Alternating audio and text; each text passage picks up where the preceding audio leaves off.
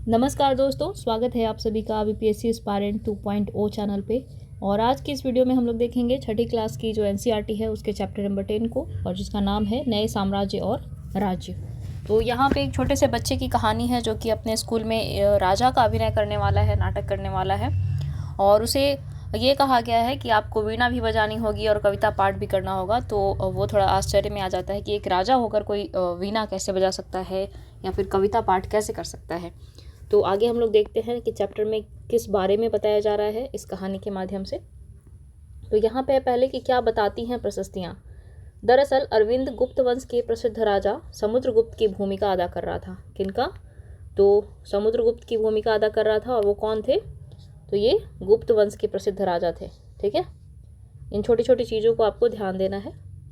और समुद्रगुप्त के बारे में हमें कहाँ मिलता है? तो इलाहाबाद में अशोक स्तंभ पर खुदे एक लंबे अभिलेख से पता चलता है। तो ये अभिलेख कहाँ है? ये इलाहाबाद में है। और इसकी रचना समुद्रगुप्त के दरबार के कवि व मंत्री रहे हरिसेन द्वारा एक काव्य के रूप में की गई थी। ठीक है, इतनी जानकारी हमें मिल गई। और आगे देखते हैं कि यह एक विशेष किस्म का अभिलेख है जिसे क्या कहते हैं? जिसे प्रशस्ति कहते हैं।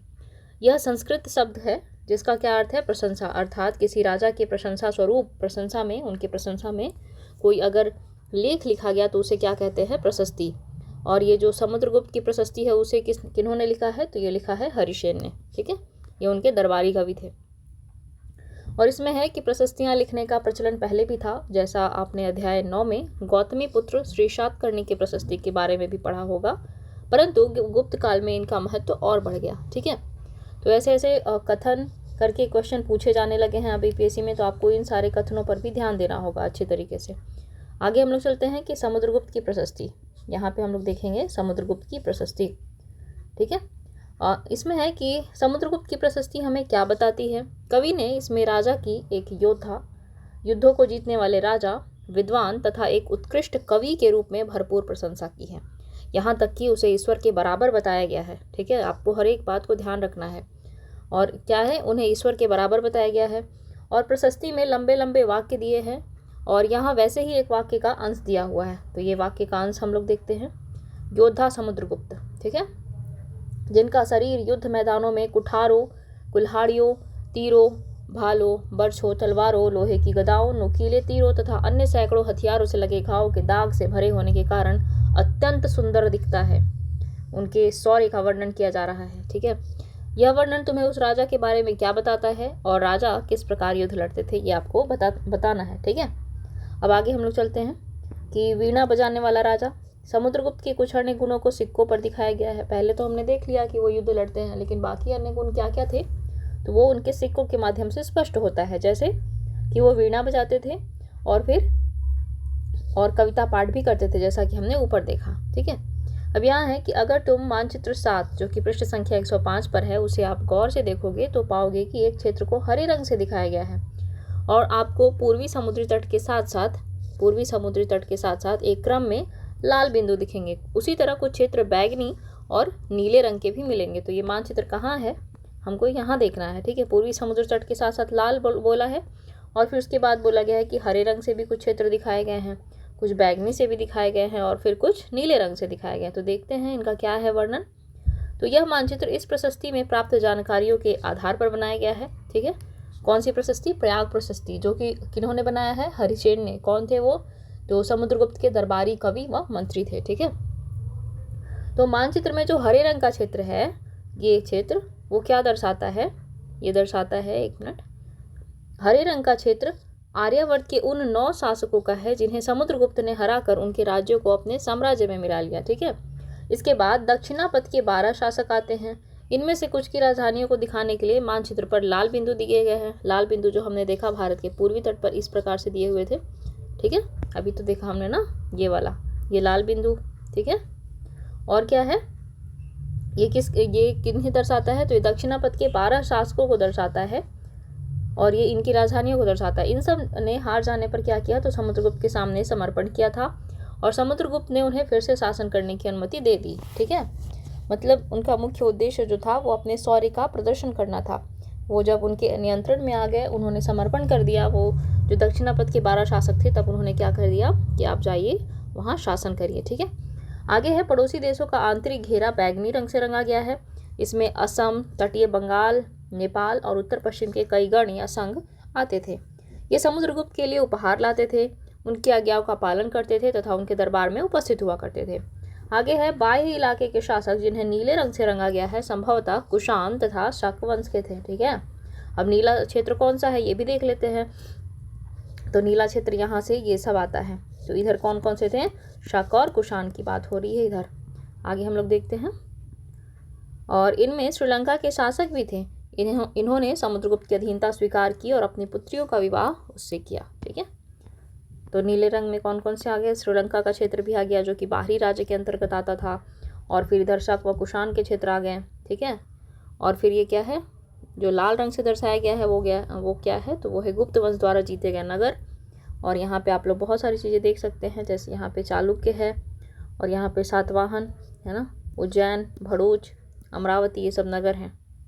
आगे पृष्ठ पे हम लोग चलते हैं। विक्रम संवत क्या है ये, तो ये है कि 58 ईसा पूर्व में, कब 58 ईसा पूर्व में प्रारंभ होने वाले विक्रम संवत को परंपरागत रूप से गुप्त राजा चंद्रगुप्त द्वितीय के नाम से जोड़ा जाता है। अब आपसे यही प्रश्न पूछ दिया जाए अगर बीपीएससी प्रीलिम्स में, तो आपके जो जवाब हैं वो गलत नहीं लगने चाहिए, सही जवाब के साथ आपको आना चाहिए। जैसे ही विक्रम संवत का उल्लेख होता है आपको दो चीज़ें याद रखनी है, 58 ईसा पूर्व, ठीक है, 58 ईसा पूर्व, और फिर कौन, तो और फिर चंद्रगुप्त द्वितीय।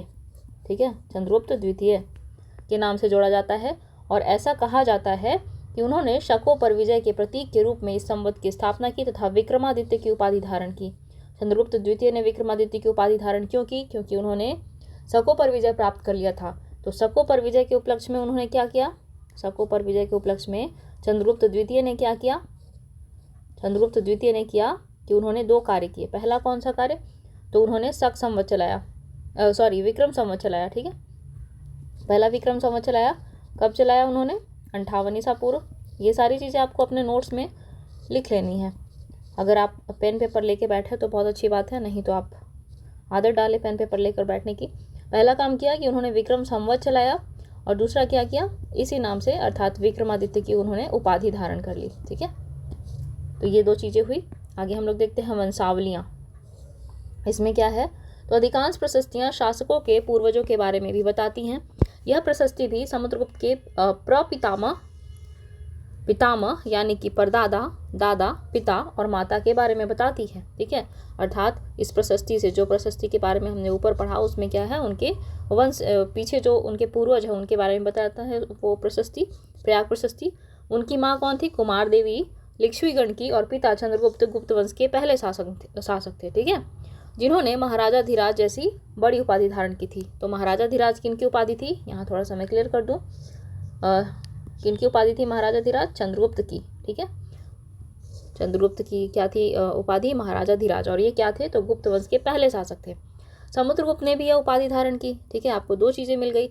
आपको एक चीज़ ध्यान रखना है कि जब भी आप गुप्त वंश पढ़ते हैं ना, तो उसमें उपाधि बहुत महत्वपूर्ण हो जाता है कि किन्होंने कौन सी उपाधि धारण की थी। तो यहाँ पे इन उपाधियों का उल्लेख जो है उसे थोड़ा सा सीरियस तरीके से ले, आप गंभीरता से ले इस बात को और अच्छे से अध्ययन करें। तो चंद्रगुप्त ने किस बात की कौन सी उपाधि धारण की, महाराजा धीराज की। उसके बाद क्या किया, समुद्रगुप्त ने भी ये उपाधि धारण की। ठीक है, समुद्रगुप्त ने भी उपाधि धारण की। और चंद्रगुप्त द्वितीय ने कौन सी उपाधि धारण की थी, तो उन्होंने की थी विक्रमादित्य की। ठीक है, और उनके दादा और परदादा का महाराजा के रूप में ही उल्लेख है। इससे यह आभास मिलता है कि धीरे धीरे इस वंश का महत्व बढ़ता गया। आगे है कि इन उपाधियों को महत्व के हिसाब से सजाना है आपको, जैसे राजा, महाराजा, धीराज, महाराजा, ऐसे करके आपको बताना है कि कौन सबसे ज़्यादा वो प्रायोरिटी में था, अर्थात बलशाली कौन था, महत्व के हिसाब से आपको बताना है। समुद्रगुप्त के बारे में क्या मिलता है कि हमें उनके बाद के शासकों जैसे उनके बेटे चंद्रगुप्त द्वितीय की वंशावली किसे कहते हैं, पूर्वजों की सूची से भी जानकारी मिलती है। उनके बारे में अभिलेखों तथा सिक्कों से पता चलता है। उन्होंने पश्चिम भारत में सैन्य अभियान में अंतिम शक शासक को परास्त किया। बाद में ऐसा विश्वास किया जाने लगा कि उनका दरबार विद्वानों से भरा था। ठीक है, और इनमें से कुछ के बारे में हम लोग आगे देखेंगे अध्याय 11 में। पहले उससे पहले क्या देखते हैं, तो हर्षवर्धन तथा हर्षचरित। और प्रयाग प्रशस्ति को किसने लिखा था, अभी ऊपर पढ़ा हमने, हरिसेन ने। आगे हम लोग देखते हैं कि जिस तरह गुप्त वंश के शासकों के बारे में अभिलेखों तथा सिक्कों से पता चलता है, उसी तरह कुछ अन्य शासकों के बारे में उनकी जीवनी से पता चलता है। ऐसे ही एक राजा हर्षवर्धन थे, ठीक है, हर्षवर्धन थे, जिन्होंने करीब 1400 साल पहले शासन किया, 1400 साल पहले शासन किया। उनके दरबारी कवि वान भट्ट ने संस्कृत में उनकी जीवनी हर्षचरित लिखी, ठीक है। इनकी जीवनी है ये हर्षचरित, हर्षवर्धन की, और इसमें हर्षवर्धन की वंशावली देते हुए उनके राजा बनने तक का वर्णन है। चीनी यात्री श्वेनसांग या फिर ह्वेनसांग, जिनके बारे में आपने अध्याय 9 में पढ़ा है, काफ़ी समय के लिए हर्ष के दरबार में रहे। उन्होंने वहाँ जो कुछ भी देखा उसका विस्तृत विवरण दिया है, ठीक है। अब इसमें देखते हैं आगे हम लोग कि हर्ष अपने पिता के सबसे बड़े बेटे नहीं थे, पर अपने पिता और बड़े भाई की मृत्यु हो जाने पर थानेसर के राजा बने। कहाँ के राजा थे हर्षवर्धन? थानेसर के राजा थे। उनके बहनोई कन्नौज के शासक थे, ठीक है। उनके बहनोई कहाँ के शासक थे? कन्नौज के। जब बंगाल के शासक ने उन्हें मार डाला, किसने मार डाला? बंगाल के शासक ने। किसे? तो हर्षवर्धन के बहनोई को मार डाला। तो हर्ष ने कन्नौज को अपने अधीन कर लिया, ठीक है, और बंगाल पर आक्रमण कर दिया। मगध तथा संभवतः बंगाल को भी जीतकर उन्होंने पूर्व में जितनी सफलता मिली थी उतनी सफलता अन्य जगहों पर नहीं मिली। क्या है? मगध तथा बंगाल को भी जीतकर उन्हें पूर्व में, यानी इन दोनों को जीतने से पहले जो उन्हें सफलता मिली वो पहले के जो जितने भी सफलताएं थी उसकी अपेक्षा में बहुत बड़ी थी, मगध तथा बंगाल की सफलता, ठीक है।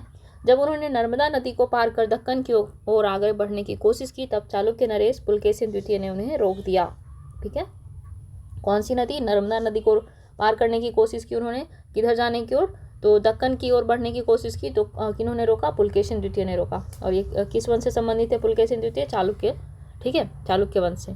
अब आगे देखते हैं, भारत का राजनीतिक मानचित्र देखना है और सूची बनाना है कि जब हर्षवर्धन बंगाल तथा नर्मदा तक गए होंगे तो आज के किन किन राज्यों से गुजरे होंगे। तो ये बहुत ही अच्छा मैप वर्क है, आप लोग जाके बनाइए इसको जरूर, है ना। आगे हम लोग चलते हैं, इसमें है पल्लव, चालुक्य और पुलकेशिन द्वितीय की प्रशस्तियाँ। इस काल में पल्लव और चालुक्य दक्षिण भारत के सबसे महत्वपूर्ण राजवंश थे। कौन कौन? पल्लव और चालुक्य। पल्लवों का राज्य उनकी राजधानी कांचीपुरम के आसपास के क्षेत्र से लेकर कावेरी नदी के डेल्टा तक फैला था। तो पल्लवों की राजधानी कौन सी है? कांचीपुरम। जबकि चालुक्यों का राज्य कहाँ था? ये था कृष्णा और तुंगभद्रा नदी के बीच, ठीक है। और पल्लव का कहाँ था? कावेरी नदी के डेल्टा तक। और कहाँ थी उनकी राजधानी? कांचीपुरम। चालुक्यों की राजधानी कहाँ थी? ऐहोल थी, ठीक है। यह एक प्रमुख व्यापारिक केंद्र था और धीरे धीरे यह एक धार्मिक केंद्र भी बन गया, जहाँ कई मंदिर थे। पल्लव और चालुक्य एक दूसरे की सीमाओं का अतिक्रमण करते थे। मुख्य रूप से राजधानियों को निशाना बनाया जाता था जो समृद्ध शहर थे। राजधानियों को क्यों निशाना बनाया जाता था? क्योंकि वो समृद्ध शहर थे, वो व्यापार के भी केंद्र थे, और धार्मिक केंद्र होने के साथ साथ वहाँ पे व्यापार के भी केंद्र थे, और बहुत सारी संपत्ति का वो संकेंद्रण था, ठीक है। पुलकेशिन द्वितीय सबसे प्रसिद्ध चालुक्य राजा थे। उनके बारे में हमें उनके दरबारी कवि रवि कीर्ति द्वारा रचित प्रशस्ति से पता चलता है, ठीक है। तो पुलकेशिन द्वितीय की जो प्रशस्ति है वो किनके द्वारा रचित है? ये रचित है रवि कीर्ति द्वारा। आपको नोट डाउन कर लेना है अपने पेज में। इनमें से क्या है? इसमें उनके पूर्वजों, खास तौर पर पिछली 4 पीढ़ियों के बारे में बताया गया है। और पुलकेशिन द्वितीय को अपने चाचा से यह राज्य मिला था, ठीक है। कौन सा? चालुक्य वंश का। आगे देखते हैं कि रवि कीर्ति के अनुसार उन्होंने पूर्व तथा पश्चिम दोनों समुद्र तटीय इलाकों में अपने अभियान चलाए। पूर्व तथा पश्चिम दोनों इलाकों में अपने अभियान चलाए। इसके अतिरिक्त उन्होंने हर्ष को भी आगे बढ़ने से रोका, और हर्ष का अर्थ आनंद होता है, ये वहाँ बताया जा रहा है उनके नाम का अर्थ। कवि का कहना है कि इस पराजय के बाद हर्ष अब हर्ष नहीं रहा, अर्थात पुलकेशिन द्वितीय के से परास्त होने के बाद हर्षवर्धन का जो हर्ष था वो खत्म हो गया, ऐसा कहा जा रहा है कवि के द्वारा। पुलकेशिन द्वितीय ने पल्लव राजा के ऊपर भी आक्रमण किया, ठीक है, और जिसे कांचीपुरम की दीवार के पीछे शरण लेनी पड़ी थी। पर चालुक्यों की विजय अल्पकालीन थी। लड़ाई से दोनों वंश दुर्बल होते गए। पल्लवों और चालुक्यों को अंततः राष्ट्रकूट तथा चोल वंशों ने समाप्त कर दिया, ठीक है। पल्लवों को किसने किया? पल्लव और चालुक्यों को किसने किया? पल्लव और चालुक्यों को राष्ट्रकूट तथा चोल वंश ने समाप्त कर दिया इन दोनों को, ठीक है। अब इनके बारे में हम लोग 7वीं कक्षा में पढ़ेंगे।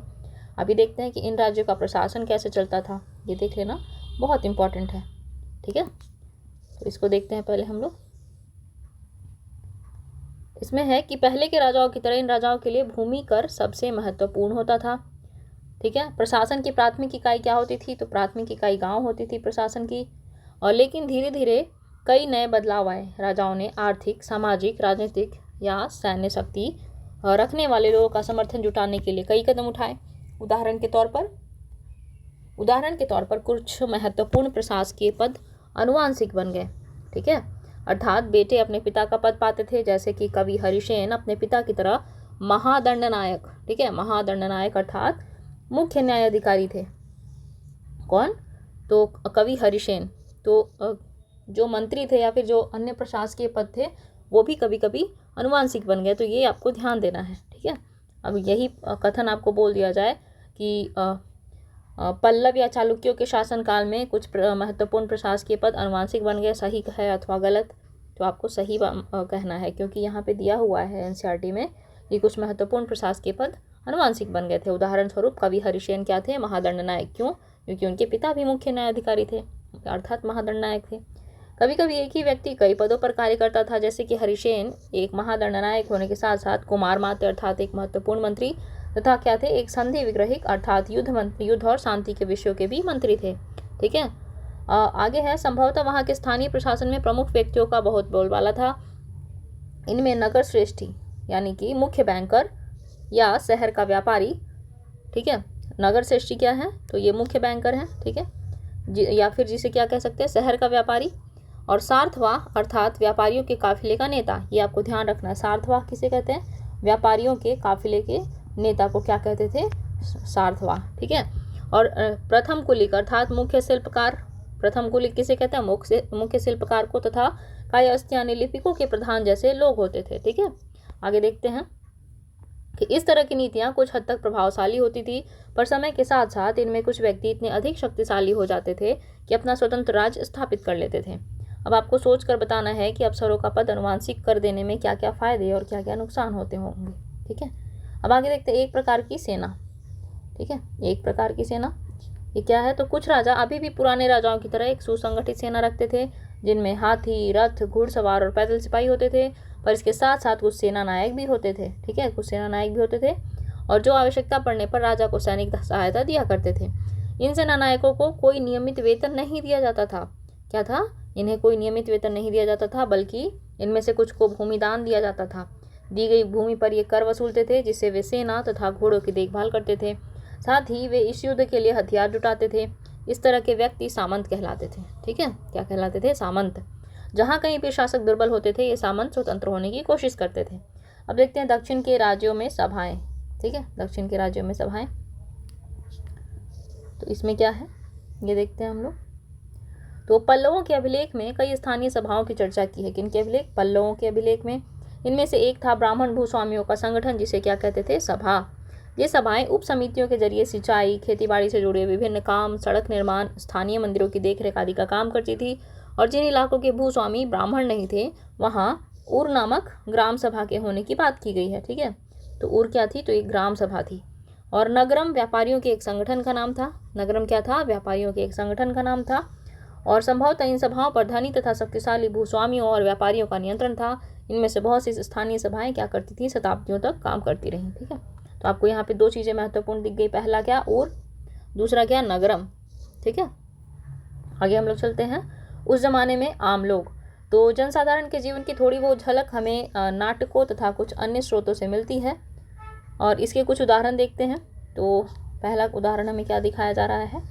पहला उदाहरण है कि कालिदास अपने नाटकों में राज दरबार के जीवन के चित्रण के लिए प्रसिद्ध हैं। इन नाटकों में एक रोचक बात यह है कि राजा और अधिकांश ब्राह्मणों को संस्कृत बोलते हुए दिखाया गया है, जबकि अन्य लोग तथा महिलाएं क्या बोलती थी? प्राकृत, अर्थात संस्कृत। कौन लोग बोलते थे? संस्कृत किनके द्वारा बोला जाता था? जो कि समृद्ध थे या फिर उच्च वर्ग के लोग थे, वो क्या बोलते थे? संस्कृत। और जो आम लोग थे अर्थात जनसाधारण लोग थे, वो क्या बोलते थे? प्राकृत। उनका सबसे प्रसिद्ध नाटक अभिज्ञान शकुंतलम दुष्यंत नामक एक राजा और शकुंतला नाम की एक युवती के प्रेम की कहानी है। किनका? तो कालिदास का। इस नाटक में एक गरीब मछुआरे के साथ राज कर्मचारियों के दुर्व्यवहार की बात की गई है। अब देखते हैं यहाँ पे क्या है। एक मछुआरे को एक अंगूठी मिली, तो ये कहानी आप लोग देख लीजिएगा, ठीक है। आगे देखते हैं। चीनी यात्री फासियन का ध्यान उन लोगों की दुर्गति पर भी गया जिन्हें ऊंचे और शक्तिशाली लोग अछूत मानते थे, ठीक है, और इन्हें शहरों के बाहर रहना पड़ता था। वो लिखते हैं कि अगर इन लोगों को शहर या बाजार के भीतर आना आता था तो सभी को आगाह करने के लिए लकड़ी के एक टुकड़े पर चोट करते रहते थे। यह आवाज़ सुनकर लोग सतर्क होकर अपने को छू जाने से या किसी भी प्रकार के संपर्क से बचाते थे, ठीक है। अस्पृश्यता। एक जगह वान भट्ट द्वारा अभियान पर निकली राजा की सेना को बड़ा सजीव चित्रण किया गया है। किनके द्वारा? वान भट्ट द्वारा। तो यहाँ पे देखते हैं राजा की सेना क्या है।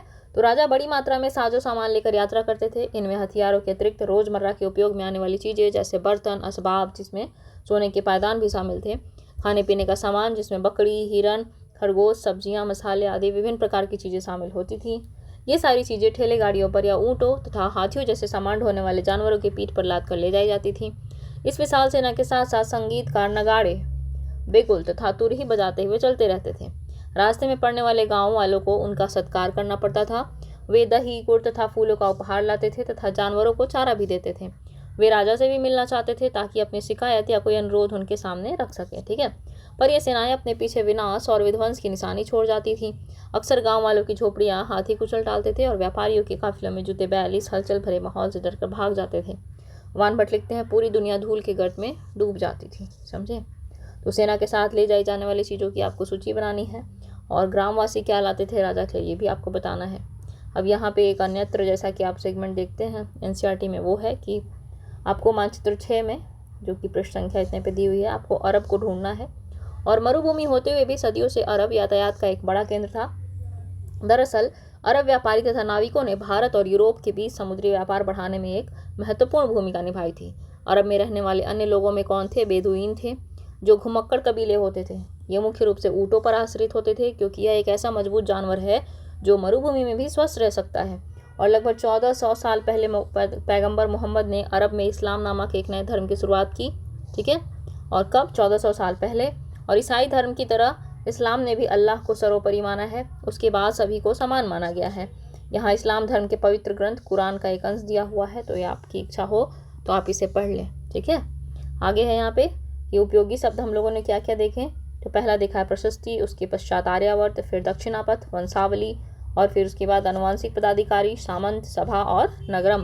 और बाकी और भी कुछ महत्वपूर्ण शब्द हैं जिसका कि मैंने उल्लेख किया है, स्पेशली उसको हाईलाइट किया है। उम्मीद है आप लोग नोट कर चुके होंगे उसको। बाकी यहाँ पे कुछ सही और गलत बताना है।